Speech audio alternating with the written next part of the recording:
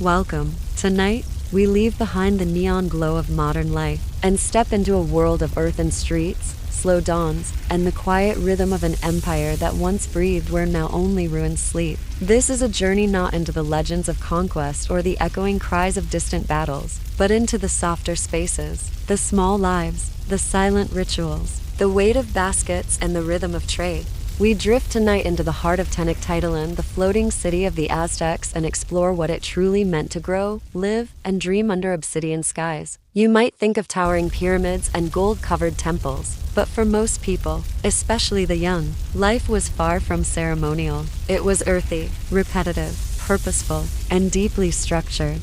Over the next 2 hours, we will gently wander through the marketplace, alleys, and sacred spaces of this remarkable world. We'll begin with the quiet determination of a child selling peppers beneath the early sun, then meet a woman caught between two worlds, whose voice would help topple an empire. We'll descend into the mysterious depths of the Great Temple, and end in the candlelit chambers of Aztec nobility, where beauty, silence, and fear walked hand in hand. So now, if you're ready, settle into your space. Let the warmth of your blanket anchor you, and allow your mind to drift not into dreams just yet but into memory, into history, into the rhythm of a distant life. And so we begin.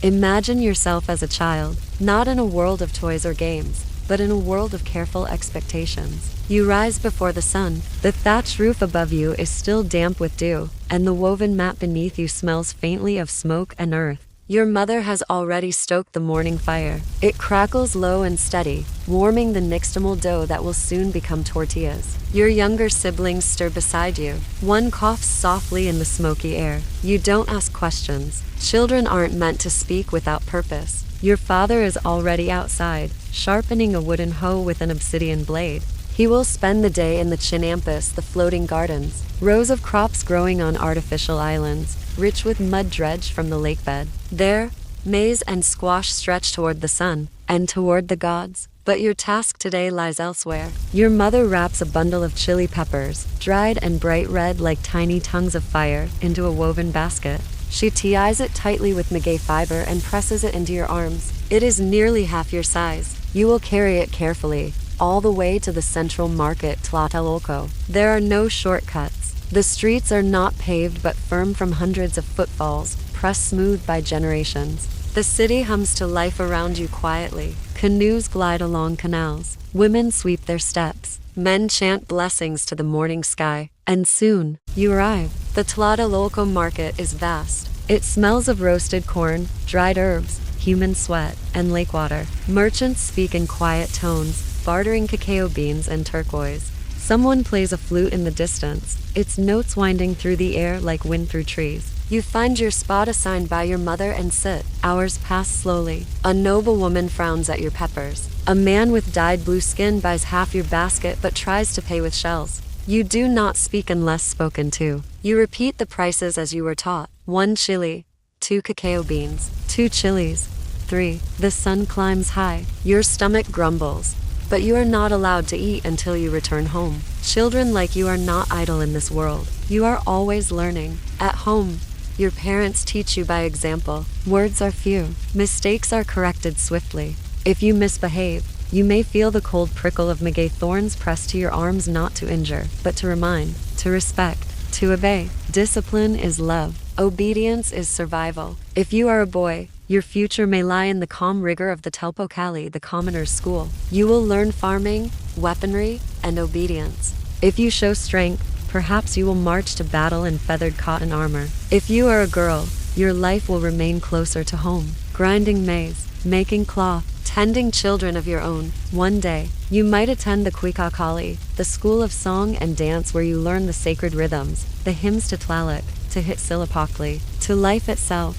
In either case, play is not your purpose. Childhood is preparation. There is joy, but it is structured. There is warmth, but it must be earned. As the sun fades, your basket is lighter. You return home slowly, dust clinging to your sandals. Your mother greets you with a nod. Not a smile but pride all the same. That night, you lie again on your woven mat. The scent of corn fills the air. Outside, drums echo faintly from a distant temple. You listen, not with excitement, but with quiet expectation. You are a small part of a great order, a single grain in the stone mosaic of the empire. And tomorrow, it will begin again. Now, the scent of chili and clay replaced by ocean wind, damp cotton, and the rustle of paper-thin maps in foreign hands. We drift forward. The year is 1519. The Spanish ships have arrived, tall alien shapes on the horizon floating cities to those who had never seen sails. And among them, her name would echo through centuries, Malinche, later called Doa Marina. She was not a soldier, but let us begin not with conquest, but with a girl, born in the borderlands. She was likely of noble birth in a Nahua-speaking family. Her early life, like that of many young Aztec girls, would have been structured, ordered, full of quiet obedience and precise expectations. But something changed. A death, a remarriage, a betrayal. At some point, still a child, Malinche was sold or given away to coastal traders. She passed from hand to hand like a valuable tool, or a burden. And so began her second life, as a slave. For years she lived among the Maya. She was not yet 16 when the Spanish arrived, and when the newcomers needed anyone who could translate between these worlds, it was her voice they heard. Imagine her now. At first, Jeronimo de Aguilar, but quickly, she learned Spanish fast. Soon, but intention. Each phrase she delivered was a needle, stitching the old world to the new. And Cortés knew it. He called her mi lengua, my tongue. He relied on her insight, her memory, her poise. Without her, many meetings would have ended in blood. And so, she walked the razor's edge. She warned Cortés of traps set by indigenous allies. She spoke to Montezuma himself, her voice calm, her posture respectful. She bore Cortés a son Mart and the first mestizo, child of both worlds. We can only guess. In Spanish records, she is described as elegant, intelligent, loyal. In later indigenous stories, she becomes more complex, sometimes viewed as a traitor, other times as a victim, or even a mother figure of modern Mexico. She defied categories, but she navigated power with a steadiness that outlasted empires. After the fall of Tenochtitlan, she faded from chronicles. She was given lands, perhaps even married. Her death, like her life, remains quiet. But in the silence she left behind, a new world was born.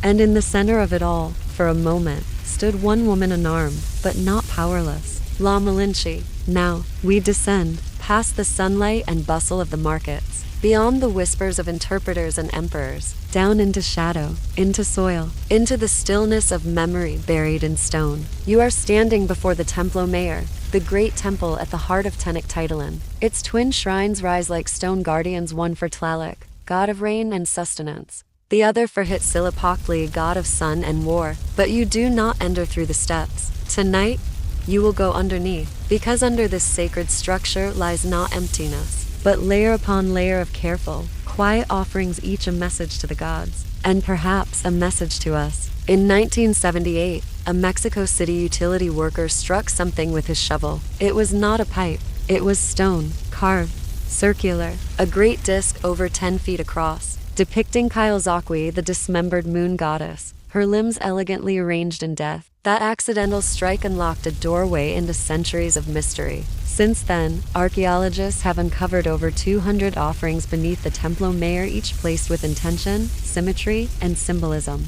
They found jaguar bones, with turquoise beads where the heart once lay, rows of seashells, though the nearest ocean was far away, bundles of obsidian knives, stacks of human femurs, bright feathers, now dulled by time, charred wood, arranged like a ceremonial hearth that never cooled. But perhaps most curious was the order. Each offering was placed in a pit. Then, over time, the temple was expanded, built upon again and again. Like geological layers, each version of the temple preserved what had come before. 7 iterations, 7 histories pressed down like pages in a closed book. Imagine walking those layers, not through time forward, but downward. With each step, the air becomes cooler, still. The scent of dust and dried resin lingers in the stone. You reach a layer where a child's bones lie curled beside a jade frog, another where a circle of skulls seems to watch, forever facing inward. These were not random burials. They were cosmological, intentional. Each item, each position, echoed a story: the birth of the world, the battle of sun and moon, the sacred geography of the universe. The Aztecs believed the world had been created and destroyed for times before. They lived in the fifth sun, the final era, and they feared its end. So they gave, again and again, not just to honor, but to maintain balance, to keep the sun rising, to hold off the darkness. Some scholars now ask, were these offerings only religious, or were they political too? Consider this. Most offerings were buried after military victories. Each object, each animal, each symbol, a declaration: power here, glory here, the gods smile here. The temple itself became a language: stone sentences of dominance, belief, and ambition. Even now, we do not fully understand them. Some offerings defy pattern. One pit contained over 100 obsidian blades, layered in spirals like petals. Another held the skull of a man with dental inlays of jade and pyrite, likely a high-status foreigner. Why here? Why now? Silence keeps its secrets. But above ground, life went on. The temple bells rang. Smoke rose from braziers. Feet padded across stone with reverence. And beneath, the quiet offerings remained, still, patient, waiting for time to pass, for cities to rise and fall, for shovels to strike stone again. Now, from the hidden layers beneath the temple, we rise once more, to the upper terraces, to the chambers of stone and feather, to the world of Aztec nobility, the rulers, priests, and warriors cloaked in vibrant finery and shadowed by quiet fear. Imagine yourself stepping into a grand house near the ceremonial precinct.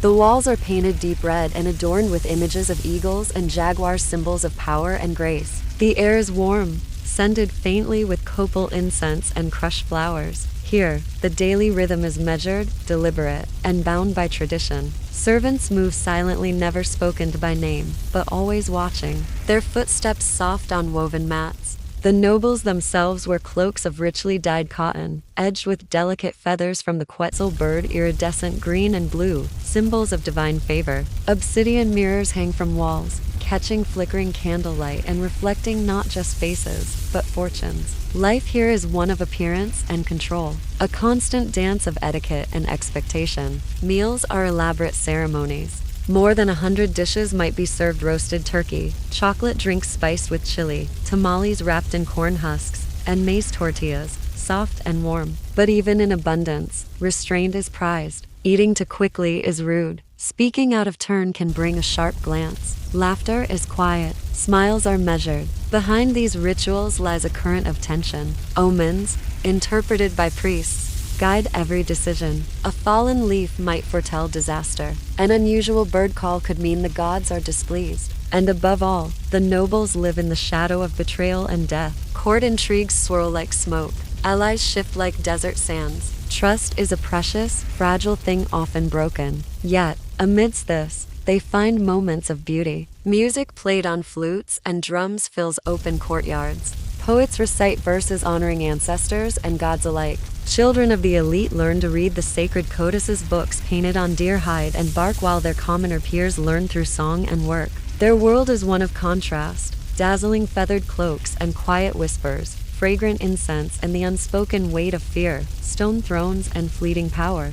Imagine yourself looking into an obsidian mirror, not just seeing your reflection, but glimpsing the delicate balance of honor, tradition, and survival that shaped every breath these nobles took. And as the sun sets behind the pyramids, casting long shadows across the city, the feathered thrones stand silent guardians of a world both magnificent and precarious.